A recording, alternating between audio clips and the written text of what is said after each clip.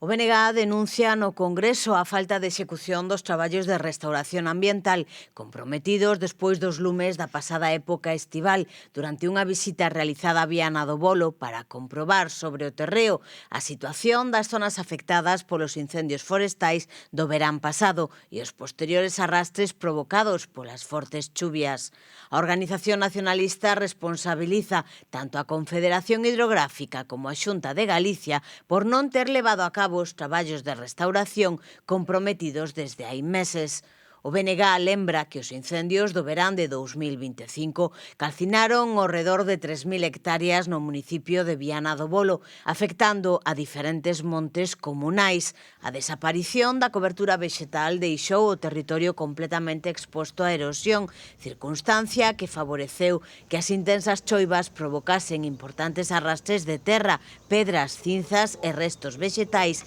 cara aos regatos e o encoro do Vao, ocasionando danos en camiños, infraestructuras, explotacións agrarias e propiedades particulares.